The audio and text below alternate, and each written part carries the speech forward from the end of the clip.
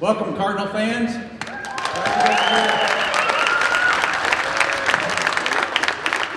Welcome to Missouri Southern State University. We once again appreciate the Cardinals choosing Missouri Southern as a stop in their caravan. So without further ado, I'm going to turn it over to Bobby with the radio station. Hey guys, we're really excited to be back at another season of Cardinals baseball here. You can, of course, listen to it every year. AM 1230, The Talker.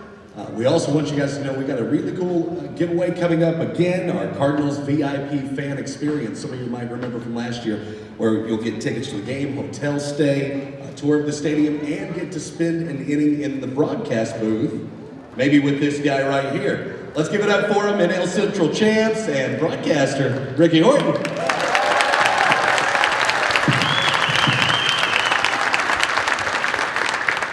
Thank you, and I appreciate everybody being out here today.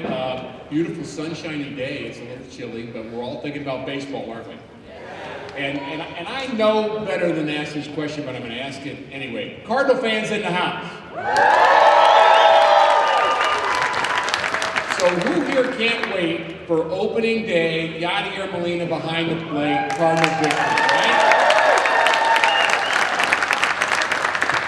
So if you've been to this before, you know the drill. We're all going to get a chance to get autographs with the young kids. We're going to make sure they get autographs towards the end here, 15 and younger. I will interview the players that we have here with us as part of what we do. And you'll also get a chance to ask them questions as well. So that's part of the deal. But a couple of thank yous. I want to thank Missouri Farmers, Farm Bureau of Insurance for supporting the caravans that are going on throughout the Midwest.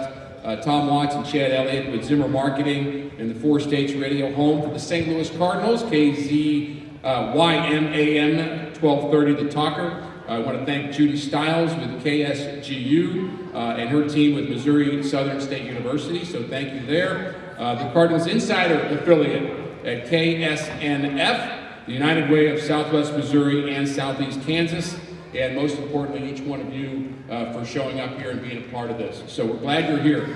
Before I introduce these players, and remember that you will hear from these players, and we've got another guy that I know you'll know that's coming in here soon, but we also want to hear from the Cardinal staff that's here. So I'm going to point out the Cardinal staff here, and we're going to let you know who they are.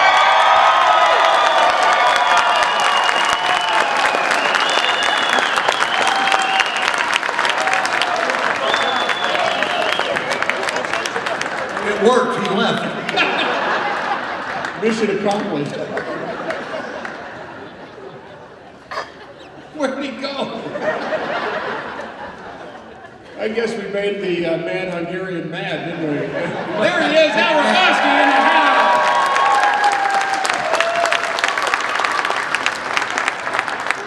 So Al, we'll introduce you in a bit, but just so you know, that was Jordan Hicks's idea. Okay.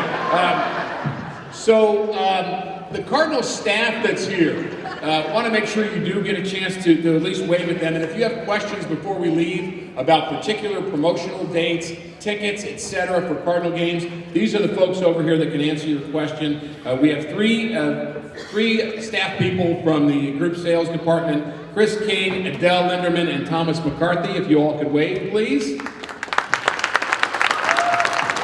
And from our communications department, Nora Farrell. Where'd Nora go? There you are, Nora. And last but not least, I'm going to bring to the microphone a guy that's been with the Cardinals a long time, and he thrives on applause. So please welcome the Ticket Sales and Marketing Director, Martin Coco. Thank you, Rick. On behalf of the front office team, I want to say thank you all for coming out today, and just wanted to mention quickly from the ticket sales standpoint, we know the support we get from all over Missouri, far away as Joplin, to come to Busch Stadium throughout the year and support the Cardinals. That's the main reason we come and do this program, is to say thank you and show our appreciation for the great fan support. From a ticket sales standpoint, please make sure that you stop by our table over here or at the front entrance. We got set up a little late, so we may have missed some of you, but we brought along pocket schedules. So This has everything you need to know about the 2020 season from a promotional standpoint, ticket sales standpoint, and everything a fan might need to know. We look forward to seeing all of you at Busch Stadium this upcoming season. And again, as Rick said, the staff will be around all day, and if you have any questions or anything that we might be able to help with from the business side or the ticket sales side, we'd love to chat. So thanks for being here, and look forward to seeing you in 2020. Thanks.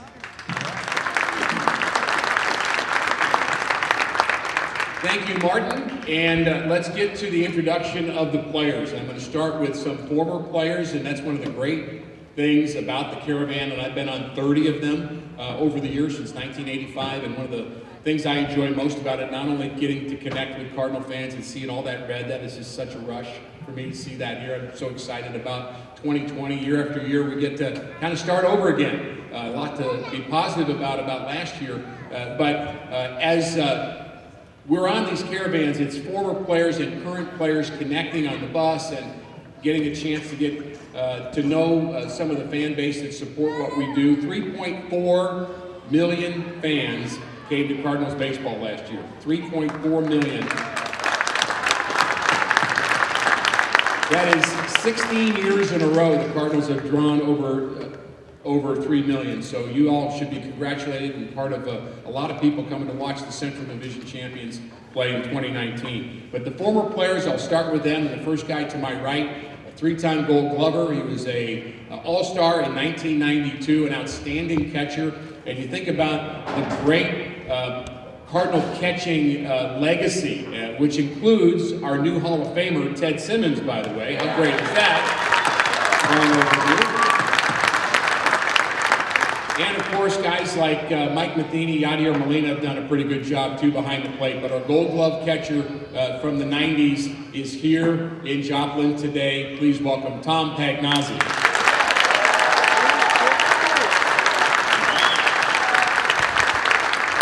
You've already stood up without any prompting to congratulate the next guy who was not only a feared pitcher in the big leagues, 1975, the Fireman of the Year award, best reliever in all of baseball.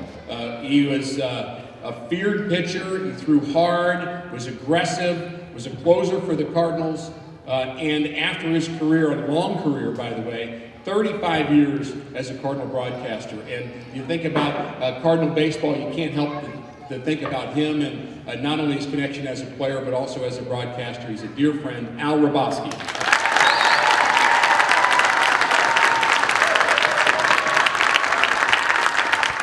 And the three current players that are here with us, I mentioned this at another stop, there's 750 players every year that get to have a big league uniform on. 750 in the world, and it is truly a world game. There are players from Latin American countries all over the globe, and of course, there's Asian players that are playing from both Korea and Japan and other places. I mean, it is a world game right now. If you're the best on the planet, you get to play in the big leagues. There's 750 of them. Well, there's 3 of them here. And so the fact that we are here and the Cardinals want them to be here and connect with you is a pretty big deal. These guys are terrifically talented people. I'm going to start with the guy to Al's right. 2 years ago in the minor leagues, he hit 27 home runs and showed that he had tremendous power that would translate to the big league level. The Cardinals had traded for him to get him in a Cardinal uniform. He's an outstanding talent, and he could play all 3 outfield positions. Last year, as a member of the Cardinals team, before he got hurt, he hurt his wrist and missed some time where he would have made some valuable contributions, there's no question. Outstanding outfielder, but he had 3 pinch hit home runs last year to help the cause. And there's plenty ahead for Lane Thomas.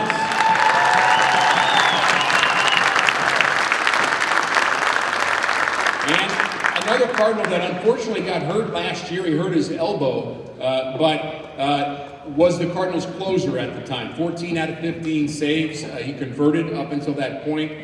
He throws harder, as I say often on the broadcast, harder than anybody on the planet, which is a pretty big deal. He throws, he's got an incredible gift to throw a baseball. He actually loves throwing a slider more than his fastball, he's told us several times. So he's not just a guy that throws hard. This guy is an elite level pitcher. He just got hurt last year, but he's still very, very young, and he is going to make great contributions down the road. He's only 23, and he's already been in big games and big situations, and we are looking forward to that time again where Mike Schilt goes to the mound and says that it's time for me to call in Jordan Hicks.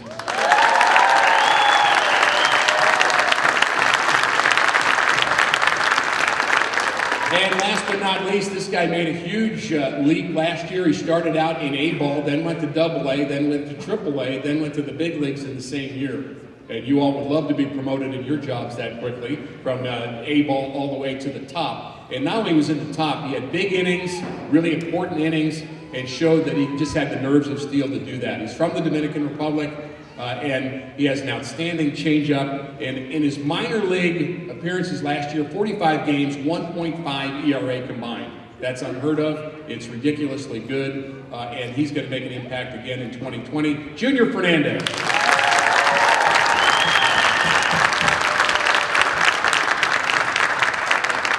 So I'm going to ask these guys some questions here, and again, give you all a chance to ask questions when I'm done, but just a quick recap of 2019. Not just the attendance, and not just the Central Division Championship, but the Manager of the Year, Mike Schilt.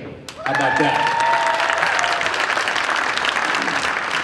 It was also a team that saw the emergence of Jack Flaherty as one of the elite players in baseball. He had 231 strikeouts last year and could just dominate a game. And, you know, he befriended and became friends with a guy named Bob Gibson, who many of you have heard of. And he reminds a lot of the old-timers of Gibson, as tenacious as he is when he gets the ball in his hand. So we're going to get to see him play again. It was our first year to watch Paul Goldschmidt play first base every day. 34 home runs, outstanding defense. And the Cardinals, by the way, became the best defensive team, the best base running team again in baseball last year after being not so good the year before. In fact, the lowest defense the year before, the best last year. So a lot of credit to that. So a lot of reasons for optimism as we look towards 2020. The Cardinals signed a left-hander, Kim from Korea, to a 2-year contract. He's going to compete for the rotation. So there's plenty of room for optimism going forward. Colton Wong and Goldschmidt on the right side of the infield. Paul DeYoung was the All-Star last year. He's back at shortstop. And as I mentioned, a guy named Yadier Molina behind the plate. So thank you, Mrs. Molina. So that's a little bit about what we have to look forward to. We want to see everybody at the ballpark. But let me start with some questions for the guys here. And I'm going to start with Tom Pagnozzi. You remember Tom Pagnozzi, right? Pags, even the 10-year-olds clapped, and I don't think they remember you, but Old video. Old video, right? On VHS. So Pags, what's being on the Caravan done for you here and in the past years, but specifically this year, just getting a chance to reconnect, have the Pags jersey back on again, and connect with not only your former teammates, but the guys that are getting it done now. Well, the jersey doesn't quite fit like it used to. It's a little tighter. It's always great to get out to Cardinal Nation, especially up to Joplin, because I live in Fayetteville, Arkansas, which is just down the road. So I've seen some faces that I see down there occasionally at a ball game or at the Little League ballpark. So it's good to see that we're out here. It's one of the best followings, Cardinals fans all over. It's a lot of fun to get back out and see them and get them excited about baseball. Cardinals are one of the top organizations in the history of baseball, and this is why, because of the fans. One of the things that we were talking about on the bus coming in here, 75 former Cardinal players still live in the greater St. Louis area. Now you're in Fayetteville, not that far away, but you still come to Cardinal games, you still understand what's going on, you're still a Cardinal at heart. Well, living in Fayetteville, it's Cardinal country, especially playing for them all those years, I'm still attached. I get up to St. Louis whenever I can. A lot of times I sneak in. I don't even let anybody know I'm coming. I'm a fan. I'm a baseball fan. I watch them on TV every night. It's a dream come true to play for them and to follow them like this. Yeah.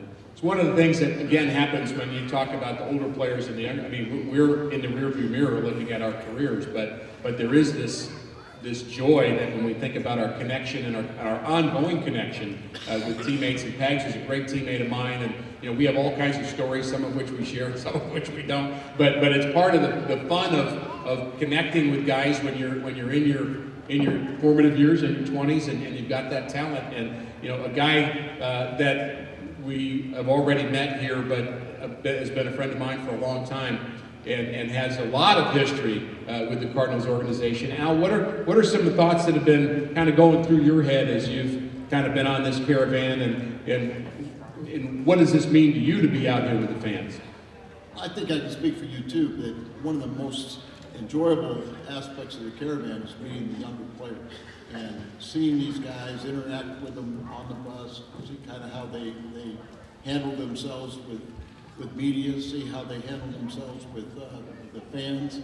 And I've always said that the Cardinals have put a championship caliber team on the field, but really it seems like it's a high standard that they ask their players to become. And you rarely will ever hear any bad things about Cardinal players on or off the field.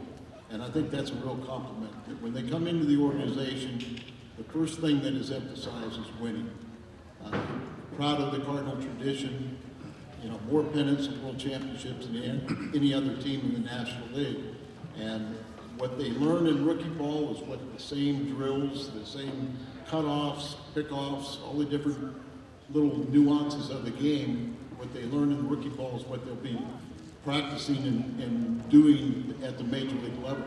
And I think when we've seen guys come up in the minor leagues and make that jump to the big leagues, it doesn't seem like it's a long transition. They pretty much come right in. They know what is expected of them. The veteran players accept them and say, we know you can help us out, not just go out there and let your natural skills take over. So it's so much fun to meet the younger guys, and these are three great examples of Cardinal baseball. And let's meet those young guys right now. Well said, Al. We'll start with Lane Thomas, who I'm told looks like the Bachelor Peter. Is anybody tracking that? Some of the ladies might be tracking it. I just heard that, so I don't really watch it. I'm sorry. My reality TV is Cardinal baseball, but somebody said that, and she's laughing over there. So that's who that is.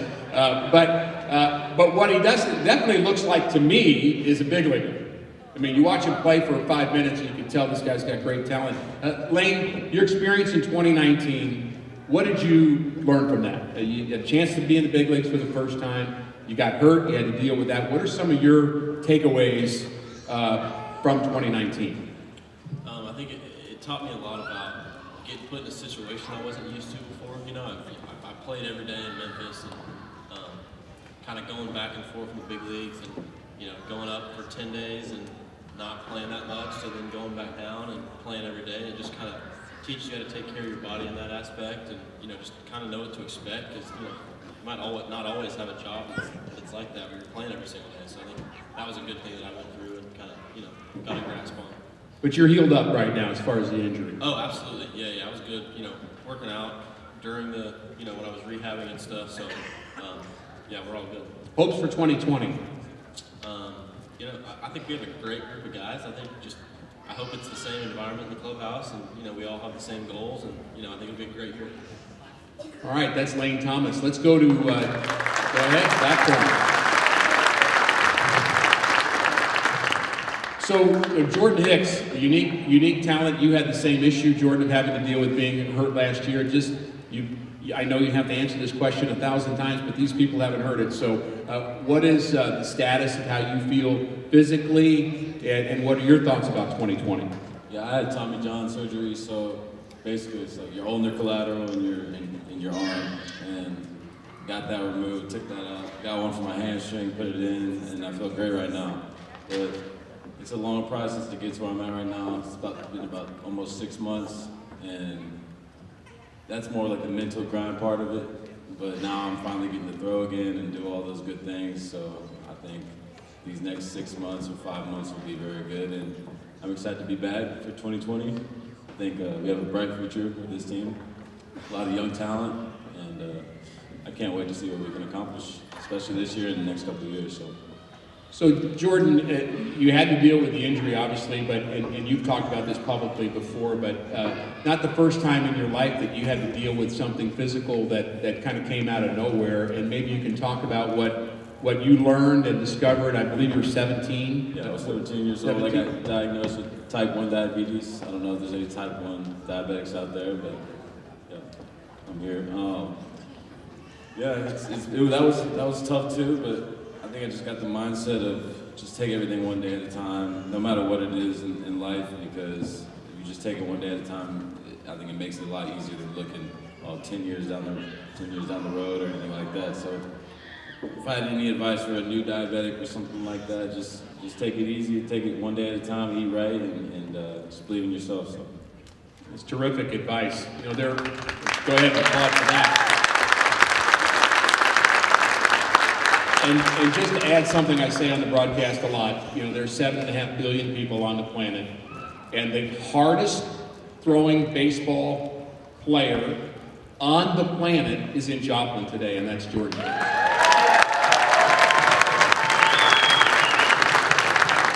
This next guy is not the hardest throwing guy on the planet, but he's in the top 100, I guess. I don't know where he'd be, but he had a great year. And Junior, just 22 years old. Junior Fernandez, and that lead Junior from being an A-ball to getting a chance to be at the end of the year in the big leagues, that's a pretty quick climb for you. What do you think back on 2019 and about that opportunity that you got? Did it surprise you at all that you would go from A-ball to the big leagues?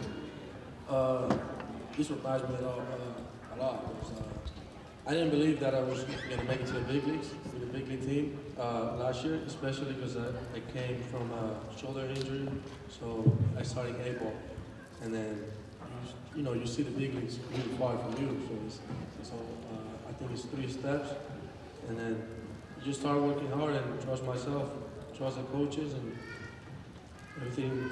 Hard work paid off, and I made it to the big league team and made a run with the guys to the playoffs. With the Central Division, it was really fun. What's the importance for a young player at 22? And I saw it in you. I mean, you acted like you belonged, and there was a confidence that you got. And where does that confidence come from for a young big league pitcher that gets there so quickly? Where does your confidence come from? I always trust myself. I work really hard in everything I do, and I always try to get advice from the veterans. I ask Wayne, Carlos Martinez helped me a lot. I just asked questions before I made my debut because I spent like 6 days just watching games and I couldn't get in. But I was, but when I got my chances, I made the most of it, took advantage of it, and it was great. You sure did take advantage of it, and we're going to see a lot this year from Junior Fernandez. Okay, so I'm going to give you all a chance to ask some questions, but before I do that, I am going to ask you to think about who I might be talking about here, and I'm going to describe something about one of those 3 guys, a current player, something I learned on this caravan, and you're finding out about it first in Joplin. So nobody knows this stuff. So one of these 3 guys, and what I'll do is I'll just let them smile, and then when I tell them, whoever I'm talking about, raise your hand if I'm talking about you. Don't do it first, okay? One of those 3 guys on the end, and don't raise your hand yet, guys. One of those 3 guys on the end is a huge basketball fan. Don't raise your hand. And his favorite player is LeBron James. Now, so you think for yourself who that might be. Okay, get it in your mind. Which of those 3 guys is a huge NBA fan that loves LeBron James? Got it? Okay, and I'm going to ask you, whoever that is, to raise your hand when I say 3. 1, 2, 3. Junior Fernandez. Who got that right? Okay, 7 of you. Okay. So one of these guys over here, and don't raise your hands, one of these guys over here, I found out today, pole vaulted in middle school. You don't get that on a Cardinal broadcast, ever. So which one of these guys would have pole vaulted in middle school? You got it in your mind who that is? Okay, ready? 1, 2, 3. That's as high as you can raise an arm. That's Jordan Hicks. And you know what? Nobody knows that except you all. So that's kind of cool. So just don't tell anybody. Probably going to be on Twitter, George. This one's rigged. I'm the only one left. Okay. Well, it might not be you. This one might not be about you, but one of these three guys, who might look like the Bachelor apparently, one of these three guys, when he was younger, showed Tennessee Walkers. Horses. He loves horses, or he loved horses. And who do you think that might be? Who do you have that in mind? Who that might be? Ready? 1, 2, 3, there we go. Hey, Ricky, Yeah. I know you're always politically correct. Yeah? Well, why are you picking on Lane about being a bachelor? You got 3 bachelors up. Well, I do, yeah. Well, there are 3 bachelors. Well, they may not want that known, though. What do I you think? mean, it sounds like you're kind of partial to Lane. Well, I don't see any roses here. I don't know what that means. I'm just following orders here, but thank you, Al. I appreciate it. Always like to be corrected by Al. That's one of my favorite things. Okay, speaking of that, Yes? there's 30 teams in baseball, Yes? 26 players on a roster, it's 780. Carry the one. There were 750 last year. There will be 26 on the roster. That's one of the new things about baseball, which, by the way, for real fans of the game, a couple new rules, guys, that we've been talking about. The pitcher will have to face 3 batters when they come into a game. And the second rule is that there's now 26 men on the roster. And the third rule is you cannot bang a trash can when... That's really not a new rule. Apparently that's an old rule. So, just kind of getting ahead of a question you guys might have. So, all right, so one more round of applause for all these guys, by the way. All right, so we've got time for your questions for these guys. So, I don't think we have a microphone for you, so I'm just going to have to point to you, and you're going to have to stand up and speak loudly. So, if you have a question for any of these guys, go ahead and raise your hand, and I'll pick you out. Right here.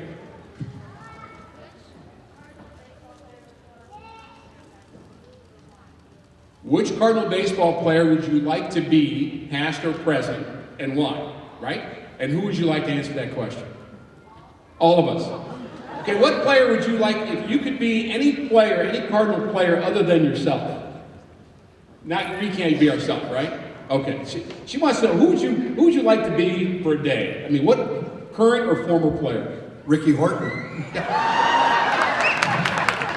Some questions are just obvious, aren't they? I'm not sure I want to We do share the same birthday. We do. Yeah, July 30th. Don't forget to send us both the card. So, the why, I don't even want to go there with the why, so I'll just leave it at that. Al, what player would you like to be? Mad Hungarian, because he had more fun than me. Yeah. Mad Hungarian. All right, Lane, who would you like to be? I think I'd like to throw 105. I'd like to be Jordan Hicks. Nice, that's a good answer. I'd probably say Bob Gibson, I guess, because he's a legend. Yeah. I say Bob Gibson too. Bob Gibson. I'm going to say Red Shane because I miss Red, and he was around generations of Cardinal people, and anybody that met Red would say that the man never had a bad day, never said a bad word about anybody, and I would aspire to be like Red Shane. So that's a great question. I've never heard that question before. Okay, right here.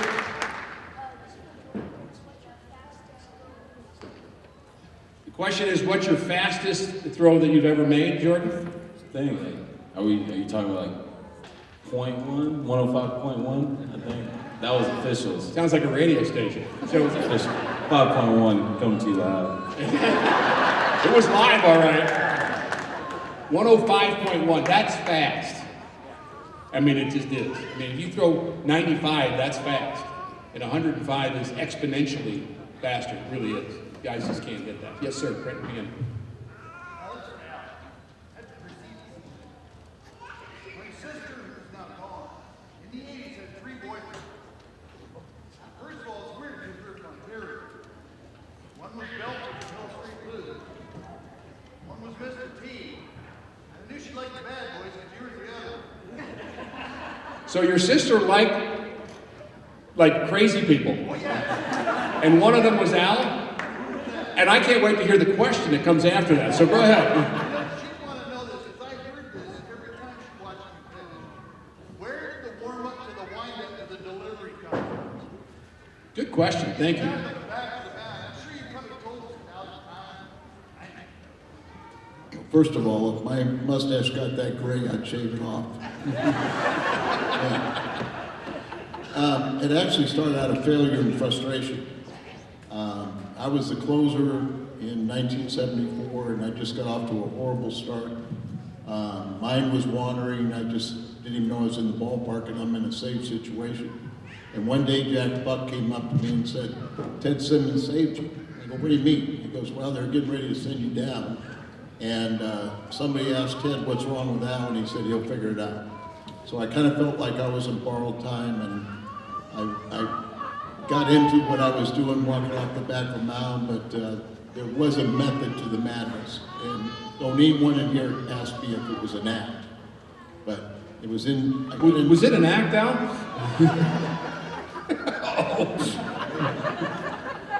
What can I throw that will hurt him? It's nothing. And so I got into visualization.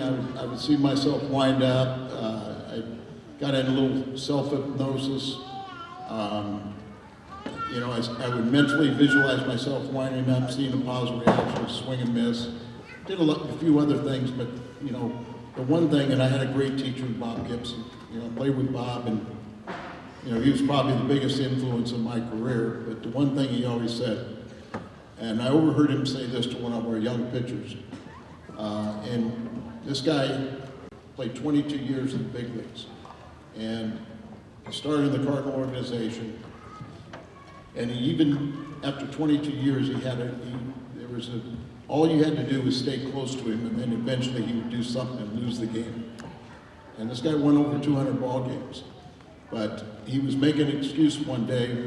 He threw a wild pickoff play and ended up losing the game. And after the media, he was talking to the media, and after the media left, Bob grabbed him, it could have been me, and said, "Don't you ever make an excuse again. As long as you're wearing a major league uniform, you're the best in the world. Don't ever make an excuse. If you want to make excuses, go right ahead, because you won't be wearing that uniform." And that stuck with me more than anything. So after I did all the things mentally, I was going to accept the consequences of getting up on the mound and try and do it physically. And it worked for a while. That's terrific. Thank you, Dr. Rabosky.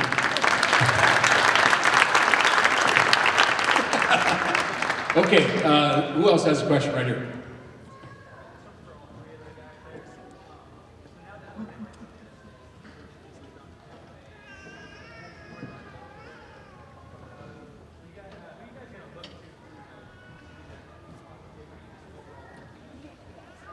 That's a great question. I don't know if you guys heard it, but with Jose leaving, and Jose brought a unique flair to the clubhouse with his personality. So how are you going to replace the personality, the energy of Jose Martinez in the clubhouse? I mean, I think he was just like one piece of the whole puzzle, you know what I mean? He was a great personality, and we love him, obviously. But I think as this team, we have good chemistry, and we've got a lot of good guys that can make everybody laugh. So I don't think we're going to look to one particular guy, but I think we're in a good spot when it comes to the team chemistry. So. That's a good question, though, really do. And he is a great guy, there's no question about that, and a lot of fans love him. Yes, young man?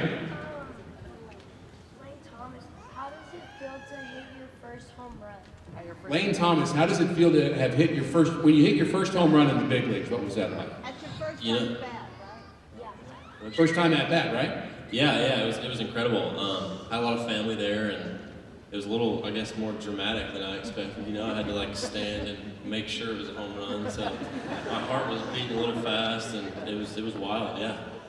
One of us up here knows what it feels like to give up a home run for the first guy they face. And I'll go ahead and raise my hand on that. And that felt terrible, okay? Thanks for asking. Okay. Yes, sir. How many home runs did he give up or did he hit? Al, how many home runs did you hit? 753. Zero. Very good question. He hit the same as you. Wait, did you hit one? Against who? Some pitcher in fantasy camp. I think that's a fantasy. I Actually, did- I don't think that happened.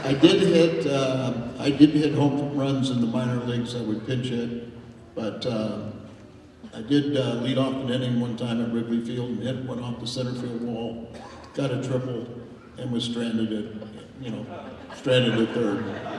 Pretty good. And by the way, young man, I got my first hit in the big leagues off a guy named Nolan Ryan. Thanks for asking.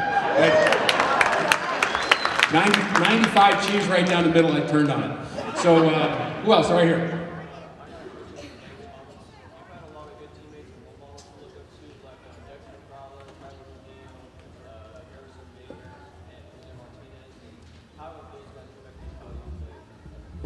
So for guys people that didn't hear the question, how did some of the veteran outfielders that Lane's had a chance to be around, like Bader, et cetera, how have they, and Jose, how have they kind of helped you kind of develop?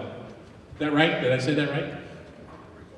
Yeah, everybody has their own, route to the big leagues, or their own routines and stuff. So I mean, we would talk about all that stuff individually, and you just kind of pick and choose things that you like to do that kind of works with your routine. So it's cool just kind of bouncing what I like to do off what they like to do, and you just kind of getting your own your own routine. It's cool. Who has a question for Junior Fernandez in Spanish or English? Preferably Spanish. Anybody? No comprendo? Okay, well, how about a question for him? Go ahead and ask any question you want. Okay, the favorite game you ever had. You look back and, he's only 22, but what game sticks out to you as a favorite game that you've ever pitched in? In the big leagues? Anywhere. Anywhere. I think when I was a starter back in 2017, I threw a CG. You did, complete game. Big game and Un juego completo. In 2017. And why was that special to you? my first time to throw a complete game was all over Twitter, and I was, Nice. It's on Twitter, it's a big deal, right? That's how we used to feel, right? We just wanted to get on Twitter. Didn't even know what that's that? I don't know. So great questions. We'll have one more from this gentleman here. Are you guys going to end up in the Hall of Fame? I'm in the Missouri Hall of Fame. And so is Al. Yeah. And just to show you that's not a big deal, so am I. Well, some of you may know, and some of you don't know, but I'm a charter member of the Hall of Shame. Aren't you in the Hungarian Hall of Fame too? I'm an admiral in the Hungarian Navy. Oh, that's what it is. Officially, you're an admiral. I did go a couple of years ago. The ambassador, the Hungarian ambassador in the United States, asked me to go over and examine their baseball program in Hungary. And he goes, my brother's got the best baseball program. He goes, I don't know anything about baseball, but they would like you to come over. So I talked to his brother, and the first question he asked me is, he said, I would imagine with all your travels, you got a lot of frequent flyer miles. I said, are you asking me to pay my way over? Oh, we'll take care of everything once you get here. But I did go over and had a lot of fun. The Hungarians are very good athletes. Soccer's one, but they're really noted for water polo. And they'll have college teams will go over there, and their high school teams just wipe them out. But there are a lot of very good athletes over there. But it wasn't an Olympic sport at the time, and so there was no national money that would go to it. So it was literally, I was with his brother a couple different times to where he would get a phone call, and someone would say, "Oh yeah, we're gonna have a practice in such and such place." There were 3 fields in Hungary, and One is just like an open field where the horses run on it and everything like that, and it's just no fences and stuff. Another one has padded light standards in center field and right field for the soccer stadium that's out there, but they're very good athletes. And Jeff Luno, when he was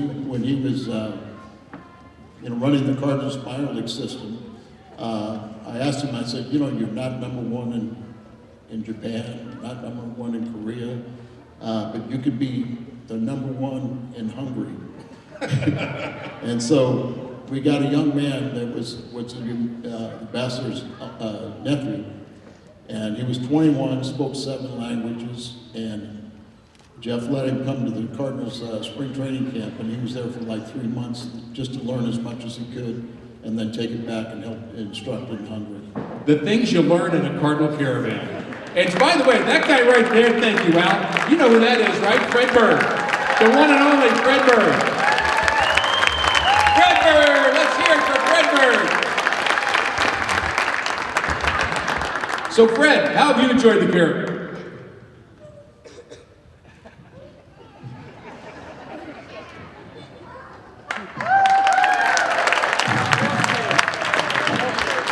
Isn't he the best? You're the best. Oh, you ain't got something else to say?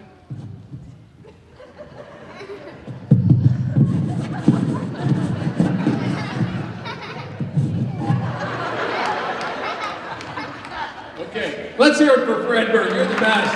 You're the best. So, you've learned that he's still a Cardinal fan. You've learned about water polo. You've learned about that he likes horses. He's a pole vaulter. He likes the NBA. Thank you for your questions. I hope you've enjoyed our program. So here's what we're going to do.